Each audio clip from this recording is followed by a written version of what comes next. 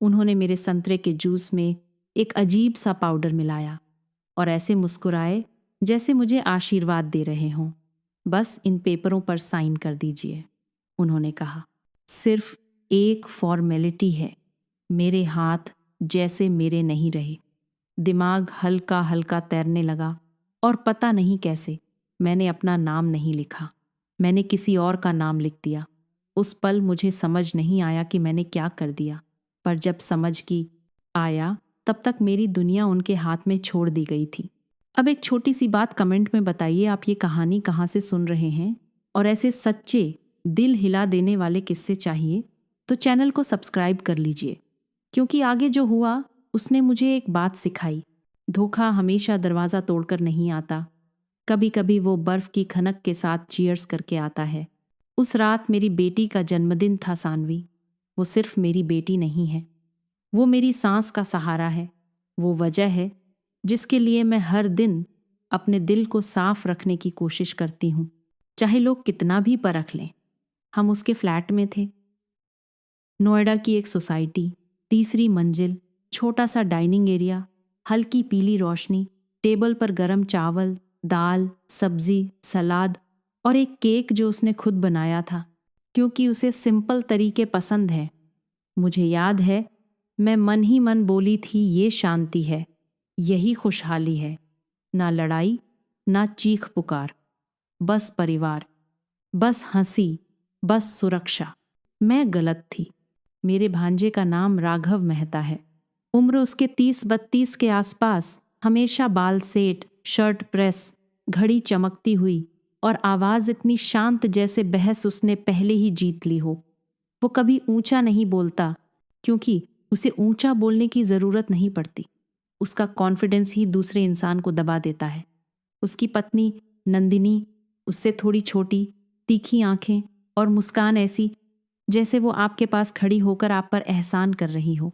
दोनों जल्दी आ गए। परफेक्ट कपल की एक्टिंग।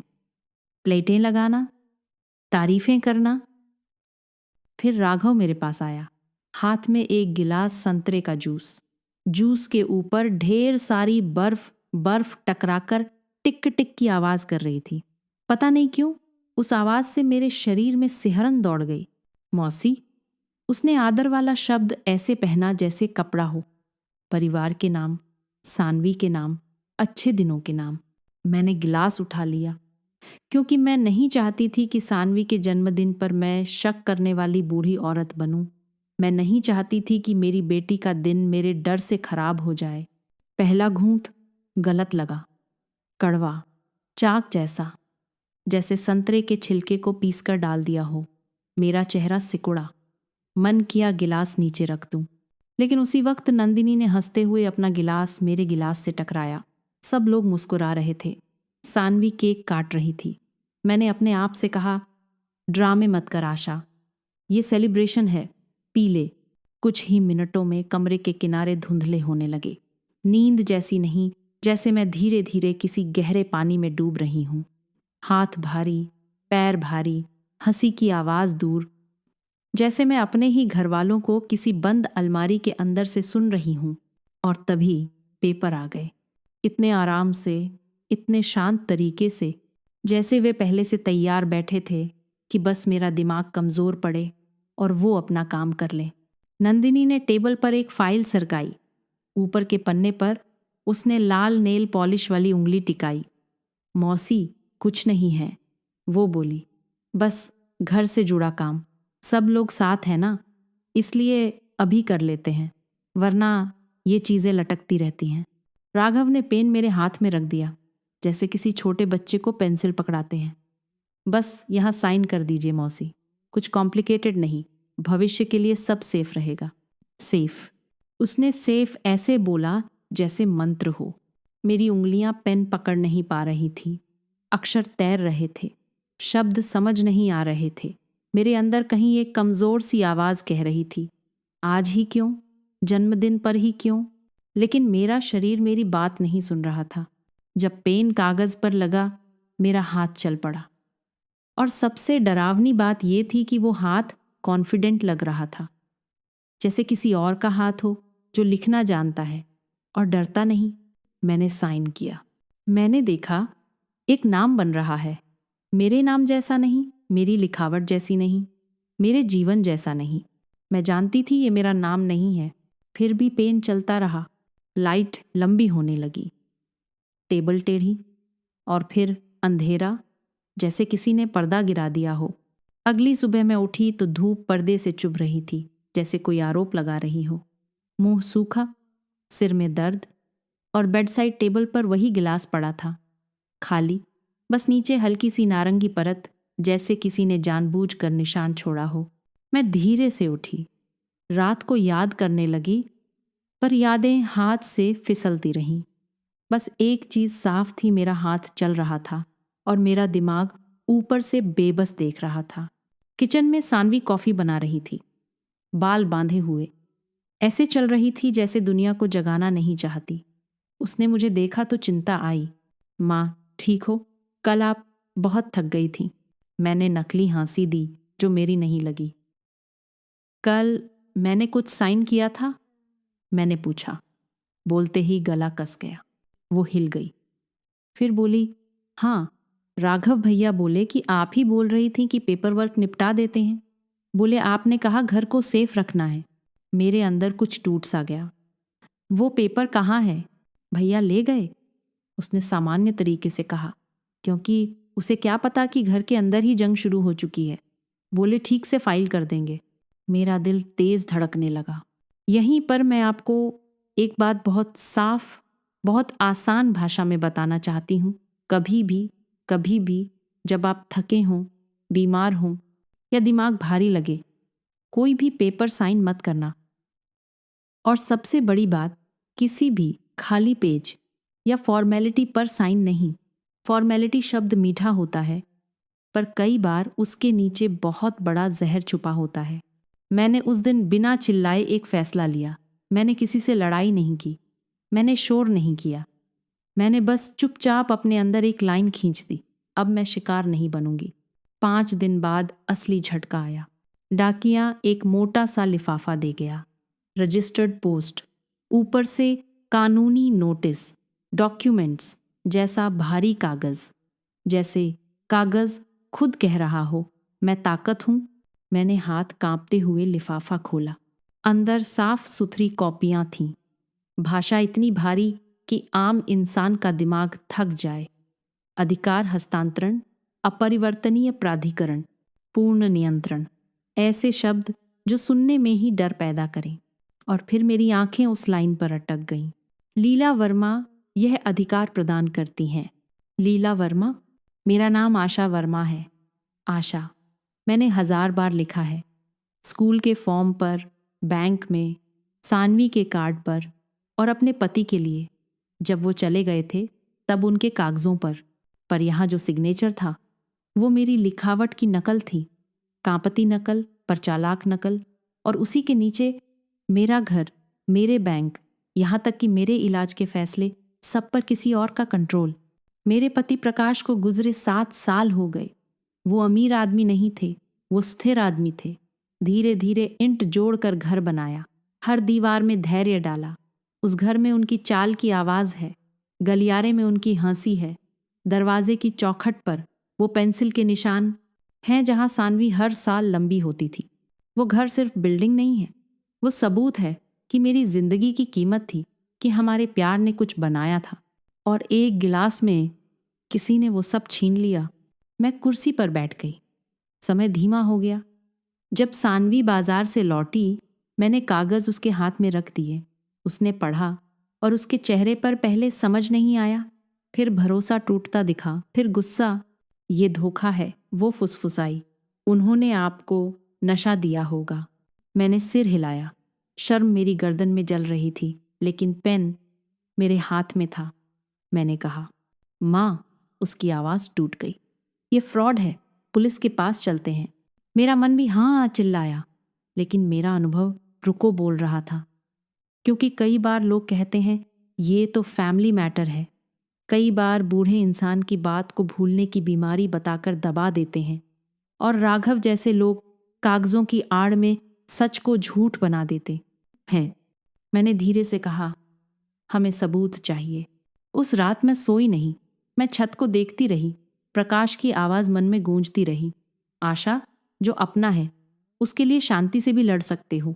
और मैं जानती थी अगर मैं राघव के ऑफिस में जाकर चीखूंगी तो वो मुझे इमोशनल अनस्टेबल साबित करने की कोशिश करेगा। इसलिए मैंने अपने पुराने स्वभाव को याद किया। मैं पहले लाइब्रेरियन थी। लाइब्रेरी में जीत वो नहीं जो जोर से बोले, जीत वो जो सच ढूंढकर उसे कागज पर रख दे ताकि झूठ भागने का रास्ता न पाए। मैंने सानवी को छोड़कर किसी को नहीं बताया। हमने घर के पुराने कागज निकाले, बैंक की पासबुक, मेरे पुराने सिग्नेचर। मैंने एक सादा काला नोटबुक खरीदा और उसी दिन से मैं हर छोटी बात लिखने लगी। कौन आया, क्या बोला, किस समय कॉल आया, कौन सा नंबर था। और फिर मुझे पहली दरार मिली। बैंक के SMS अलर्ट, छोटे छोटे ट्रांजैक्शन, जैसे कोई पहले टेस्ट कर रहा हो कि घर का कुत्ता भौंकेगा या नहीं। मैंने सानवी से कहा, आज से हम हर अकाउंट में अलर्ट ऑन रखेंगे, हर UP नेट बैंकिंग का पासवर्ड बदलेंगे और किसी को OTP नहीं देंगे, चाहे वो कितना भी परिवार क्यों ना हो। ये बातें सुनने में साधारण लगती हैं, पर असल जिंदगी में यही चीज़ें आपको बचाती हैं। एक शाम मैं स्टडी वाले पुराने कैबिनेट का लॉक देखने गई, जहां प्रकाश के कुछ डॉक्यूमेंट और मेडल रखे थे। लिफाफे फटे हुए थे। मेडल ऐसे बिखरे थे जैसे किसी ने इज्जत को जमीन पर फेंक दिया हो। कोई घर में घुसा था या किसी ने घर के अंदर ही खोजबीन की थी। मैंने वही नोटबुक खोली और लिखा, ये लोग रुके नहीं हैं। और उसी रात मेरे फ़ोन पर एक मैसेज आया, अनजान नंबर। सिर्फ 3 शब्द, चुप रहो, रुक जाओ। मेरी सांस अटक गई। मैंने सानवी को देखा। उसकी आंखों में डर था, पर उससे बड़ा गुस्सा भी था। मैंने धीमी आवाज में कहा, अब ये सिर्फ कागज नहीं, अब ये धमकी है। और उसी पल बाहर कहीं दूर सोसाइटी के नीचे एक गाड़ी का हॉर्न बहुत देर तक बजा, जैसे कोई हमें बता रहा हो, हम यहीं हैं, हम देख रहे हैं। मैंने पर्दे के पीछे से नीचे झांका और मुझे पार्किंग में वही चमकती हुई काली सेडान दिखी जो मैंने पहले कभी हमारे यहाँ नहीं देखी थी। उसकी हेडलाइट्स सीधे हमारे फ्लैट की तरफ थीं। मेरे हाथ ठंडे हो गए। सानवी ने फुसफुसा कर कहा, माँ, ये लोग हमारे घर तक आ गए। मैंने नोटबुक कसकर पकड़ी और तभी दरवाजे की घंटी बजी। एक बार, फिर दूसरी बार, फिर तीसरी बार, जैसे सामने वाला जानता हो कि हम अंदर हैं और डरना शुरू कर चुके हैं। क्लिफ हैंगर में दरवाजे की तरफ बढ़ी। दिल जोर जोर से धड़क रहा था और जैसे ही मैंने पीपहोल में देखा, मेरी रीढ़ में बिजली दौड़ गई, क्योंकि बाहर जो खड़ा था वो राघव नहीं था। मैंने एक लंबी सांस ली और खुद से कहा, डर मेरी आंखों में नहीं दिखना चाहिए। मैंने दरवाज़ा पूरा नहीं खोला, बस चेन लॉक पर रखा और हल्का सा खोलकर पूछा, कौन? बाहर एक आदमी खड़ा था। उम्र करीब 40-45, साधारण शर्ट, ढीली पैंट, चेहरे पर ऐसी सख्ती जैसे वो कभी मुस्कुराता ही नहीं। उसकी आंखें इधर उधर नहीं घूम रही थीं। वो सीधे मेरी आंखों में देख रहा था, जैसे उसे पता हो कि मैं डर रही हूं और वो उसी का इंतजार कर रहा हूं। उसने अपना नाम नहीं बताया, बस इतना बोला, मैडम, आपको समझदारी दिखानी चाहिए। उसकी आवाज़ में गुस्सा नहीं था, पर ठंडक थी, ऐसी ठंडक जिसमें इंसान की हड्डियां कांप जाएं। मैंने पूछा, आप कौन हैं? वो हल्का सा हंसा, लेकिन हंसी में खुशी नहीं थी। आपको पता है, बस आपने मानना नहीं चाहा। मैंने चेन लॉक के पीछे से कहा, अगर कोई बात है तो लिख कर दीजिए या पुलिस को बोलिए। उसने एक कदम आगे बढ़ाया। उसकी परछाई दरवाजे पर भारी हो गई। पुलिस? उसने धीरे से कहा, मैडम, ये सब घर की बात है। आप बहुत शोर कर देंगी तो आपकी बेटी की इज्जत, आपकी सोसाइटी, आपके रिश्ते सब उछल जाएंगे। मुझे समझ आ गया, ये डराने आया है, मुझे चुप कराने आया है। मैंने आवाज़ को शांत रखा। मैंने कोई गलत काम नहीं किया, मेरे साथ हुआ है। उसने नीचे देखकर जैसे अफसोस जताया, आपको बस इतना करना है कि आप रुक जाएं, वरना नुकसान होगा। मैंने पूछा, किसका नुकसान? वो मेरी तरफ झुका और इतना धीमा बोला कि जैसे शब्द मेरे कान में नहीं मेरे दिमाग में घुस रहे हों। आपके नाती का। स्कूल से घर आते वक्त रास्ते में हादसे होते हैं मैडम। मेरी सांस रुक गई। उसने मेरी आंखों में जो डर देखा वही उसे चाहिए था। वो सीधा हुआ। आप समझदार महिला हैं, कल तक फैसला कर लें। मैंने दरवाज़ा बंद कर दिया। चेन लॉक की आवाज़ तेज लगी, जैसे मेरे घर ने भी कहा हो खतरा है। सानवी मेरे पीछे खड़ी थी। उसका चेहरा सफ़ेद था, होंठ कांप रहे थे। माँ, उसने कुन्नू का नाम लिया। मैंने उसे पकड़कर कहा, देखो, अब ये लोग हमें भावनाओं से तोड़ेंगे। हमें रोना है, चीखना है, भागना है, यही वो चाहते हैं। हम वही नहीं करेंगे। उस रात घर में नींद किसी को नहीं आई। कुन्नू मासूम था, उसे कुछ पता नहीं। वो अपने छोटे से तकिए पर सो रहा था और मैं उसे देख रही थी जैसे किसी ने मेरे सीने पर पत्थर रख दिया हो। मैंने सानवी से कहा, कल सुबह सबसे पहले हम स्कूल जाएंगे। स्कूल? उसने घबराकर पूछा। हाँ, मैंने कहा। हम लिखित में देंगे कि बच्चे को सिर्फ तुम या मैं ही पिकअप करेंगे और गार्ड को फोटो देंगे। ये ज़रूरी है। ये बात मैं आपको भी बता दूं, अगर कभी किसी को धमकी मिले तो सबसे पहले बच्चों की सुरक्षा वाले नियम मजबूत करो। स्कूल को लिखित में दो। सोसाइटी गेट पर अलर्ट करो। ये छोटी चीज़ें नहीं हैं, यही असली सुरक्षा है। सुबह होते ही हमने काम शुरू किया। मैंने अपने पुराने लाइब्रेरियन वाले दिमाग से सोचा, सबसे पहले सबूत को टाइम में पकड़ना होगा। सबूत बिना तारीख के कमज़ोर होता है और तारीख के साथ मजबूत। मैंने नोटबुक खोली। कल रात की पूरी घटना मिनट मिनट लिखी। घंटी कितनी बार बजी, आदमी ने क्या क्या कहा, उसने कुन्नू का नाम कैसे लिया। फिर मैंने अपने फ़ोन में कॉल रिकॉर्डिंग कंफर्म की। कुछ रिकॉर्ड हुआ था, कुछ नहीं। लेकिन जो मैसेज आया था, चुप रहो, उसका स्क्रीनशॉट मैंने 2 जगह सेव कर लिया, फ़ोन में और सानवी के फ़ोन में भी। फिर हमने बैंक का काम किया। मैं और सानवी पास के बैंक ब्रांच गए। मैंने वहाँ मैनेजर से कहा, मेरे अकाउंट में कुछ ट्रांजैक्शन मुझे समझ नहीं आ रहे। मुझे अलर्ट और फ्रीज चाहिए। मैनेजर ने पहले वही पुरानी लाइन मारी, मैडम, ओटीपी तो आपके पास ही आता है। मैंने उसकी बात काटी नहीं, बस शांत आवाज़ में कहा, मुझे मेरे अकाउंट की सिक्योरिटी चाहिए। अगर आप अभी मदद नहीं करेंगे तो मैं लिखित शिकायत और कस्टमर केयर को कॉपी भेजूंगी। ये भी एक सीख है। कई बार लोग बुजुर्गों को हल्के में लेते हैं। आप लड़ाई नहीं, पर लिखित भाषा इस्तेमाल करें। लिखित में देने से सिस्टम जागता है। मैनेजर थोड़ा गंभीर हुआ। उसने केवाईसी दोबारा वेरीफाई कराया, नया पासवर्ड, नए पिन और अकाउंट में सस्पिशियस एक्टिविटी का नोट डलवा दिया। फिर मैं सीधे अर्जुन देशमुख के पास गई, वही वकील जिसे मैं पहले जानती थी। उसने मेरी हालत देखते ही कहा, कुछ हुआ है। मैंने उसे रात वाला किस्सा बताया, खासकर बच्चे वाली धमकी। उसके चेहरे की नसें खिंच गईं। ये बहुत बड़ा मोड़ है, उसने कहा।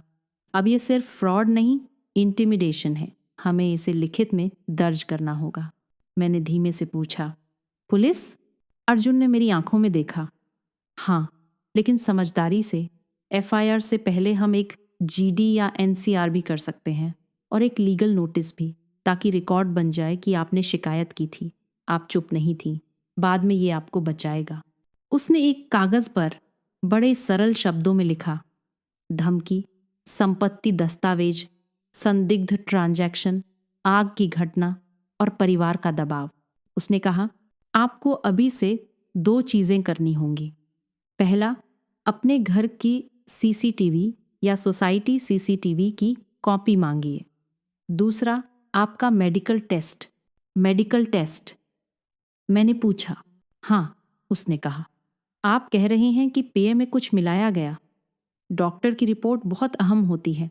ज़रूरी नहीं कि अब दवा का निशान मिले, पर डॉक्टर आपकी हालत, लक्षण और उस रात की टाइमलाइन नोट कर सकते हैं। ये कोर्ट में मदद करता है। मैं और सानवी उसी दिन क्लिनिक गए। डॉक्टर ने मेरी बीपी, शुगर, बेसिक जांच की। मैंने उसे बताया कि मुझे अचानक भारीपन, धुंधलापन, याददाश्त में गैप हुआ था। डॉक्टर ने सब नोट किया।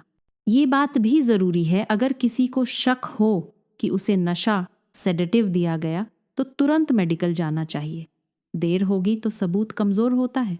शाम को जब हम घर लौटे, सोसाइटी गेट पर गार्ड ने बताया, मैडम, दोपहर में एक आदमी आया था, पूछ रहा था कि आपके फ्लैट में कौन कौन रहता है। मैंने पूछा, कैसा आदमी? गार्ड ने वही वर्णन किया, वही सख्त चेहरा, वही साधारण कपड़े। मैंने तुरंत कहा, गार्ड, आप कल से किसी को हमारे बारे में कुछ नहीं बताएंगे। कोई पूछे तो कह देना ऑफिस में बात करें, और ये मेरा नंबर है। रात को अर्जुन ने हमें एक छोटा सा प्लान दिया। हम उन्हें अभी नहीं बताएंगे कि हम तैयारी कर रहे हैं। हम उन्हें आराम से बोलने देंगे। वो जितना बोलेंगे उतना फंसेंगे। मैंने अपना छोटा वॉइस रिकॉर्डर शॉल में डाल लिया। अगले दिन नंदिनी का फ़ोन आया। वही मीठी आवाज़, मौसी, कैसी हैं? आपने कल फ़ोन नहीं उठाया। हम लोग बस चिंतित थे। मैंने मीठा जवाब दिया, लेकिन अंदर से मैं कांप रही थी। हाँ बेटा, थोड़ा सिर दर्द था। उसने तुरंत बात मोड़ी। और वो पेपर वाली बात? मौसी, आप टेंशन मत लो। राघव ने सब आपके फ़ायदे के लिए किया है। आपको आराम करना चाहिए। कोर्ट कचहरी से क्या मिलेगा? लोग क्या कहेंगे? लोग क्या कहेंगे? भारत में ये 3 शब्द कई बार हथियार बन जाते हैं। मैंने धीमे से कहा, हाँ, लोग क्या कहेंगे? नंदिनी ने राहत की सांस ली।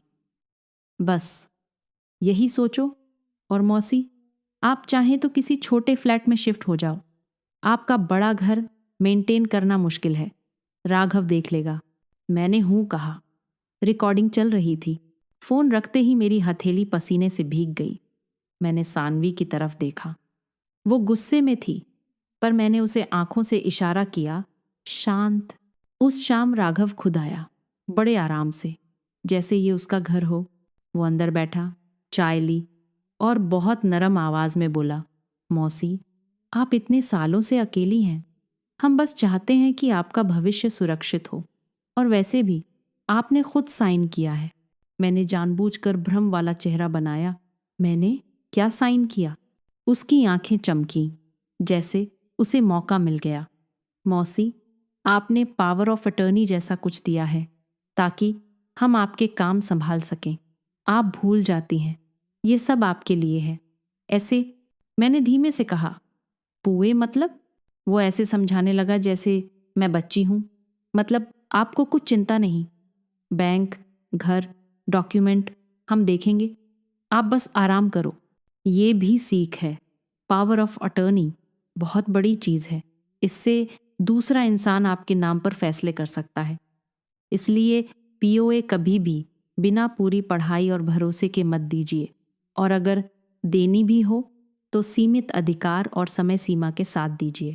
मैंने कहा, पर मेरा नाम तो आशा है। राघव की पलकों में हल्की सी फड़फड़ाहट हुई। वो संभला, हाँ, वो एक छोटी सी टाइपिंग मिस्टेक होगी। लीला, आशा, ऐसे कभी कभी हो जाता है। मैंने मन में कहा, झूठ। मैंने बाहर से बस इतना बोला, अगर गलती है तो ठीक करा दो। वो हंस दिया। मौसी, इतनी जल्दी क्या है? और फिर उसकी आवाज में पहली बार हल्की सख्ती आई।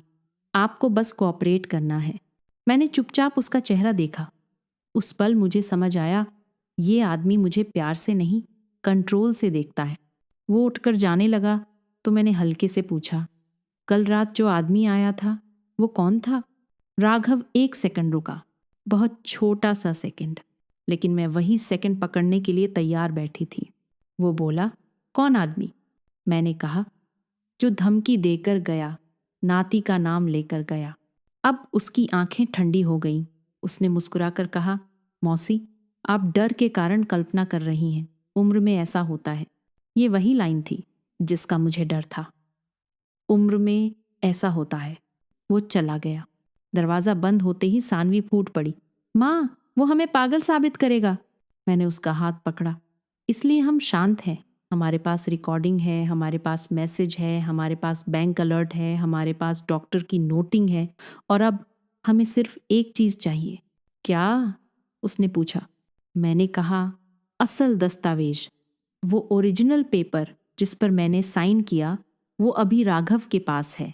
जब तक वो हमारे हाथ नहीं आएगा, वो उसे घुमा फिराकर नई कहानी बना सकता है। अर्जुन ने रात को फोन पर कहा, मैं कल सिग्नेचर एक्सपर्ट से बात करूंगा और हम एक लीगल नोटिस तैयार करेंगे। लेकिन याद रखो, दस्तावेज़ की कॉपी नहीं, असल फाइल चाहिए। मैंने फोन रखा रात गहरी थी, बाहर हल्की ठंड। मैंने बालकनी से नीचे देखा। वही काली सेडान फिर दिखी। इस बार थोड़ी दूर खड़ी थी। मैंने मन में कहा, ये लोग हमारी हर सांस गिन रहे हैं। और तभी सानवी का फोन बजा। वो स्क्रीन देखकर कांप गई। माँ, स्कूल से कॉल है। कुन्नू आज नहीं पहुंचा। बस स्टॉप पर वो मिला ही नहीं। मेरे शरीर से जैसे खून उतर गया। मैंने तुरंत अपने पैरों को चलने का आदेश दिया, लेकिन दिमाग में सिर्फ एक ही बात गूंज रही थी, ये धमकी नहीं थी, ये शुरुआत थी। सानवी के फोन से वो लाइन सुनते ही मेरा शरीर जैसे पत्थर हो गया। कुन्नू आज स्कूल नहीं पहुंचा, बस स्टॉप पर मिला ही नहीं। एक पल को मेरे कानों में सब आवाजें बंद हो गईं। फिर मेरे अंदर कोई पुरानी माँ जाग गई, जो डरती है पर रुकती नहीं। मैंने तुरंत कहा, सानवी, रोना बाद में, अभी काम। वो हकलाई, माँ, मेरा बच्चा। मैंने उसके दोनों कंधे पकड़कर आंखों में देखा। सुन, अभी हम 3 चीजें करेंगे। 1, स्कूल के गेट की सीसीटीवी। 2, सोसाइटी गेट की सीसीटीवी। 3, पुलिस को तुरंत सूचना। अभी। मैंने अपना फोन निकाला और बिना सोचे हेल्पलाइन पर कॉल किया। फिर हम भागते हुए नीचे उतरे। गार्ड को मैंने सख्त आवाज में कहा, आज सुबह कौन आया? किसने बच्चे को बुलाया? कोई गाड़ी रुकी थी? गार्ड का चेहरा उतर गया। मैडम, एक आदमी आया था। बोला, मामा है, बच्चे को लेकर जाना है। उसने फोटो दिखाया और बच्चे ने भी कहा, मामा। मेरे अंदर आग उठी। किस फोटो में? फोन में। हाँ मैडम, फोन में। ये एक बहुत बड़ी सीख है। कभी भी सिर्फ फोन पर दिखाए फोटो से बच्चे को किसी के साथ मत भेजो। स्कूल और गेट पर लिखित नियम, फोटो आईडी और पासकोड सिस्टम जरूरी है। मैंने गार्ड से कहा, तुरंत सीसीटीवी निकालो। सानवी कांप रही थी। मैंने उसे कहा, तुम स्कूल को कॉल करो, बस ड्राइवर, अटेंडेंट सबको रोकें और स्कूल को लिखो कि बच्चा अनधिकृत तरीके से गायब है। हम सोसाइटी ऑफिस पहुंचे। मैनेजर पहले टालने लगा, मैडम, सीसीटीवी निकालने में टाइम। मैंने उसकी बात काटी नहीं, बस ठंडी आवाज में कहा, अगर अभी नहीं दिया तो मैं लिखित शिकायत दूंगी कि आपने मदद नहीं की और पुलिस भी यहीं आएगी। उसने तुरंत सिस्टम ऑन किया। स्क्रीन पर सुबह का फुटेज चला और वहां वही आदमी दिखा। सख्त चेहरा, साधारण कपड़े। उसने बच्चे का हाथ पकड़ा था, लेकिन खींचकर नहीं, ऐसे जैसे दोस्त हो। कुन्नू चल रहा था। शायद उसे लगा होगा कि सच में कोई मामा है। फुटेज में एक और चीज दिखी। वो काली सेडान थोड़ी दूर खड़ी थी। नंबर साफ नहीं था, लेकिन गाड़ी का डेंट, वही जगह, वही निशान जो मैंने नोटबुक में लिखा था। मेरी उंगलियां ठंडी हो गईं। सानवी के मुंह से चीख निकलते निकलते रह गई। मैंने उसकी हथेली दबाई। देखो, अब हमारे पास सबूत है। अब हम डर की भाषा नहीं बोलेंगे, हम रिकॉर्ड की भाषा बोलेंगे। हम सीधे थाने पहुंचे। अर्जुन ने हमें पहले ही बोला था कि हर चीज लिखित में होनी चाहिए। ड्यूटी ऑफिसर ने कहा, ये तो फैमिली। मैंने तुरंत कहा, नहीं, ये बच्चा मिसिंग है और धमकी भी है। ये फ्रॉड और इंटिमिडेशन है। अर्जुन का भेजा हुआ ड्राफ्ट मेरे पास था। मैंने उसे टेबल पर रखा।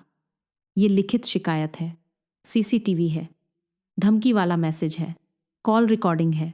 अब ऑफिसर का चेहरा बदल गया।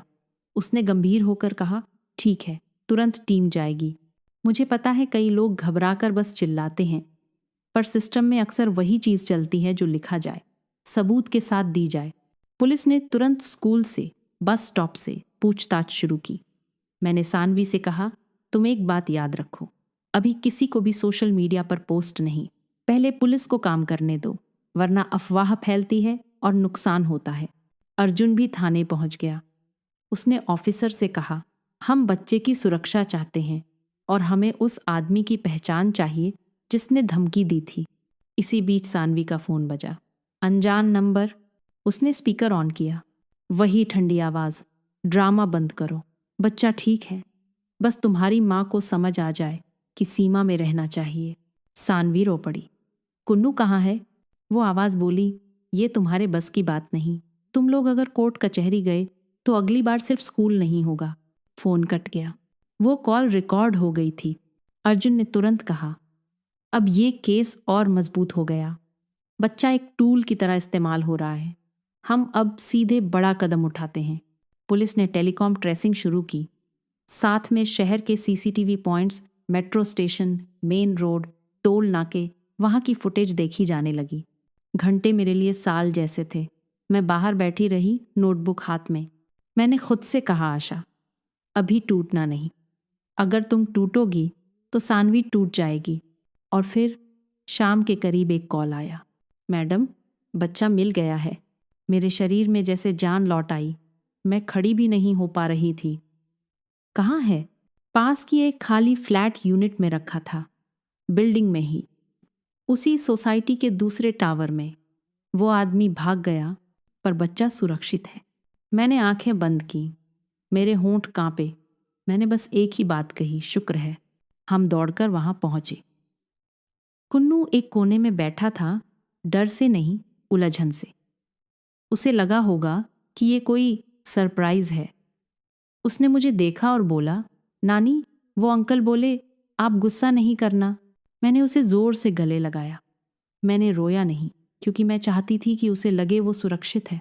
मैंने बस उसके बाल सहलाए और कहा, तू ठीक है, बस यही जरूरी है। उस दिन मुझे एक और बात समझ आई। राघव और नंदिनी सिर्फ पैसे के भूखे नहीं थे, वो कंट्रोल के भूखे थे। वो चाहते थे कि हम डर कर चुप हो जाएं, पर अब डर का ताला टूट चुका था। घर लौटते ही अर्जुन ने कहा, अब हम राघव को छूटने नहीं देंगे। हम बच्चे वाली धमकी को केंद्र बनाकर कार्रवाई तेज करेंगे, और साथ साथ संपत्ति और बैंक वाला हिस्सा। हमने उसी रात 2 काम किए। पहला, अर्जुन ने कोर्ट में तत्काल स्टे और संरक्षण के लिए आवेदन तैयार कराया, ताकि किसी भी तरह की प्रॉपर्टी ट्रांसफर, म्यूटेशन या बिक्री रुक जाए। दूसरा, बैंक में फिर से लिखित में दिया कि कोई भी बड़ा ट्रांजैक्शन बिना मेरी व्यक्तिगत उपस्थिति के नहीं होगा। मैं आपको एक सीधे सीधे सीख बताती हूँ। अगर कभी किसी को शक हो कि आपकी प्रॉपर्टी या अकाउंट पर कोई पीओए या फर्जी दस्तावेज से कब्जा कर रहा है, तो तुरंत 3 जगह लिखित में दीजिए। बैंक, रजिस्ट्रार, सब रजिस्ट्रार से संबंधित कार्यालय और पुलिस। देर करने से सामने वाला आपको सहमति वाला साबित कर सकता है। अगली सुबह अर्जुन ने मुझे बताया कि उसने एक फॉरेंसिक सिग्नेचर एक्सपर्ट से बात की है। उन्होंने मेरी पुरानी सिग्नेचर्स और लीला वर्मा वाले सिग्नेचर की तुलना की। एक्सपर्ट ने कहा, ये साइन स्वाभाविक नहीं है, स्ट्रोक्स में झिझक है और पैटर्न कॉपी जैसा है। और वही लीला वाली गलती, वो भी हमारे पक्ष में थी, क्योंकि असली दस्तावेज में नाम, पहचान, इड का मिलान होना चाहिए। अगर वहां गड़बड़ी है तो झूठ की जड़ वहीं दिखती है। अब हमारे पास था धमकी वाली call recording, CCTV, bank alert, doctor की नोटिंग और फॉरेंसिक राय। फिर अर्जुन ने सबसे महत्वपूर्ण चीज कही, हमें ओरिजिनल फाइल चाहिए, बिना चोरी छिपे, कानूनी तरीके से। उसने कोर्ट से दस्तावेज पेश करने का आदेश, समन और पुलिस के साथ राघव के ऑफिस में दस्तावेज जब्त करने की प्रक्रिया शुरू करवाई। राघव को खबर लग गई। उसी शाम वो घर आया। इस बार वो अकेला नहीं था। उसके साथ वही सख्त चेहरा आदमी था जो दरवाजे पर धमकी देने आया था। राघव ने बहुत सभ्य आवाज में कहा, मौसी, ये सब गलतफहमी है। बच्चा बस डर गया होगा, कोई गलत इरादा नहीं। मैंने पहली बार उसे सीधा जवाब दिया, बिना कांपे। कुन्नू को टूल बनाया गया, ये गलतफहमी नहीं होती। राघव का चेहरा तन गया। आप परिवार को बर्बाद कर देंगी। मैंने कहा, परिवार का मतलब अपराध छुपाना नहीं होता। वो आदमी आगे बढ़ा, मैडम, आप समझ नहीं रही। अर्जुन पहले से मेरे घर पर था। उसने दरवाजे के पास खड़े होकर कहा, अब जो भी बात होगी वो मेरे सामने होगी और रिकॉर्ड होगी। राघव 1 सेकंड को हिल गया। उसे आदत थी कि वो अकेले में दबाए। सामने कानून खड़ा हो तो चालाक आदमी भी सावधान हो जाता है। मैंने उसकी आंखों में देखकर कहा, तुमने मेरे नाम को बदलकर मुझे ही मिटाने की कोशिश की। तुमने मेरे घर को फाइल बना दिया। तुमने मेरी बेटी को डराया। तुमने मेरे नाती को उठवाया। अब खेल खत्म। राघव ने नकली मुस्कान लगाई। आप साबित नहीं कर पाएंगी। अर्जुन ने शांत स्वर में कहा, कल सुबह कोर्ट में मिलते हैं। अगले दिन सुनवाई थी। कोर्ट रूम में मैं डर के साथ नहीं, कागजों के साथ गई। जज ने हमारे सबूत देखे, CCTV, call recording, message, bank transaction, medical noting और सिग्नेचर एक्सपर्ट का बयान। राघव के वकील ने वही कोशिश की, बुजुर्ग है, भ्रम है, परिवार का मामला है। पर इस बार भ्रम नहीं था। इस बार तारीखें थी, रिकॉर्डिंग थी, फुटेज था। कोर्ट ने तुरंत अंतरिम आदेश दिया कि प्रॉपर्टी अकाउंट में कोई बदलाव नहीं होगा और राघव को दस्तावेज पेश करने होंगे। साथ ही पुलिस को निर्देश मिला कि धमकी और बच्चे वाले मामले की जांच तेज हो। उसी दिन राघव के ऑफिस में कानूनी प्रक्रिया के तहत दस्तावेज जब्त हुए और वहीं मिला वो असली पैकेट जिस पर मेरा हाथ उस रात चला था। मैंने जब वो पन्ने देखे तो मेरे हाथ फिर कांप गए, लेकिन इस बार बेबसी से नहीं, इस बार गुस्से से नहीं, इस बार एक अजीब सी राहत से, जैसे सच आखिरकार दिख गया हो। राघव की सबसे बड़ी गलती क्या थी? उसने हमें कमजोर समझा और उसने लोग क्या कहेंगे को हमारी गर्दन की रस्सी समझा।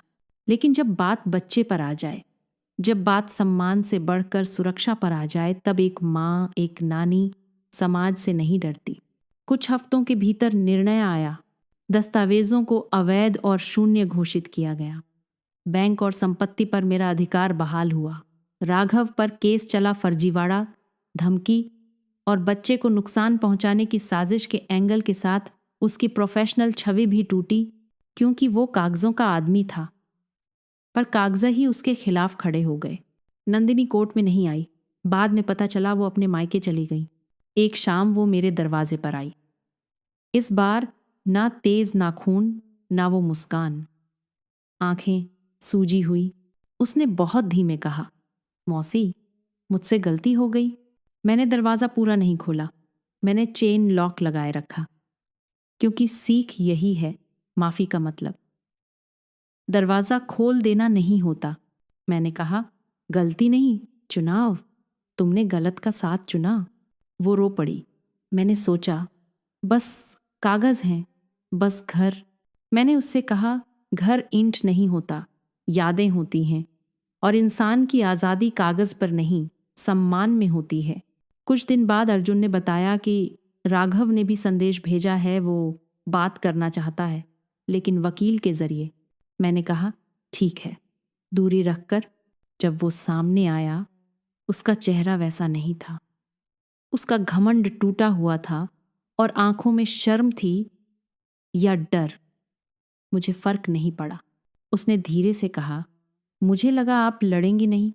मैंने जवाब दिया, यही तुम्हारा पाप था, तुमने मेरी उम्र को मेरी कमजोरी समझा। वो कुछ बोलना चाहता था, फिर चुप हो गया। मैंने तब अपने जीवन का सबसे कठिन वाक्य कहा, मैं तुम्हें माफ करती हूँ। उसकी आंखें उठी। मैंने आगे कहा, इसलिए नहीं कि तुम इसके लायक हो, इसलिए क्योंकि मैं शांति के लायक हूँ।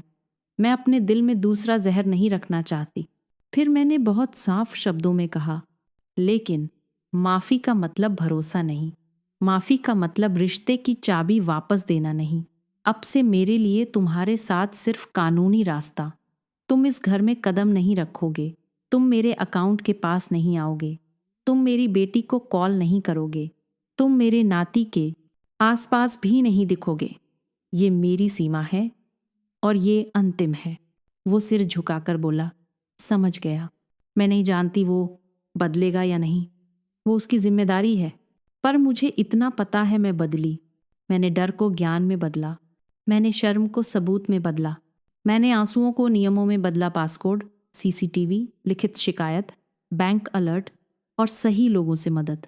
और सबसे बड़ी बात, मैंने अपने नाती को ये दिखाया कि बुराई कभी कभी जीतती हुई लगती है, पर अगर आप सच के साथ टिके रहें तो बुराई की पकड़ ढीली पड़ती है। उस रात मैं कुन्नू को सुला रही थी। उसने पूछा, नानी, अब वो अंकल नहीं आएंगे? मैंने उसके माथे पर हाथ रखा। अब नहीं, क्योंकि अब हम तैयार हैं और क्योंकि सच जाग गया है। उसने आंखें बंद की और पहली बार कई दिनों बाद मेरे घर में हवा हल्की लगी। अगर आप इस कहानी से एक बात याद रखना चाहें तो ये याद रखना, किसी भी हालत में नशे, कमजोरी या दबाव में साइन मत कीजिए। ये तो फॉर्मेलिटी है। सुनते ही रुक जाइए, पढ़िए, किसी भरोसेमंद व्यक्ति और वकील से पूछिए। और अगर कुछ गलत हो जाए तो चुप मत रहिए, रिकॉर्ड बनाइए। अब एक छोटी सी बात, अगर आपको ये कहानी सच्ची लगी तो कमेंट में बताइए आप कहाँ से सुन रहे हैं, और चैनल को सब्सक्राइब कर लीजिए। ऐसी ही सच्चाई प्लस सीख वाली कहानियाँ आपको आगे भी मिलेंगी।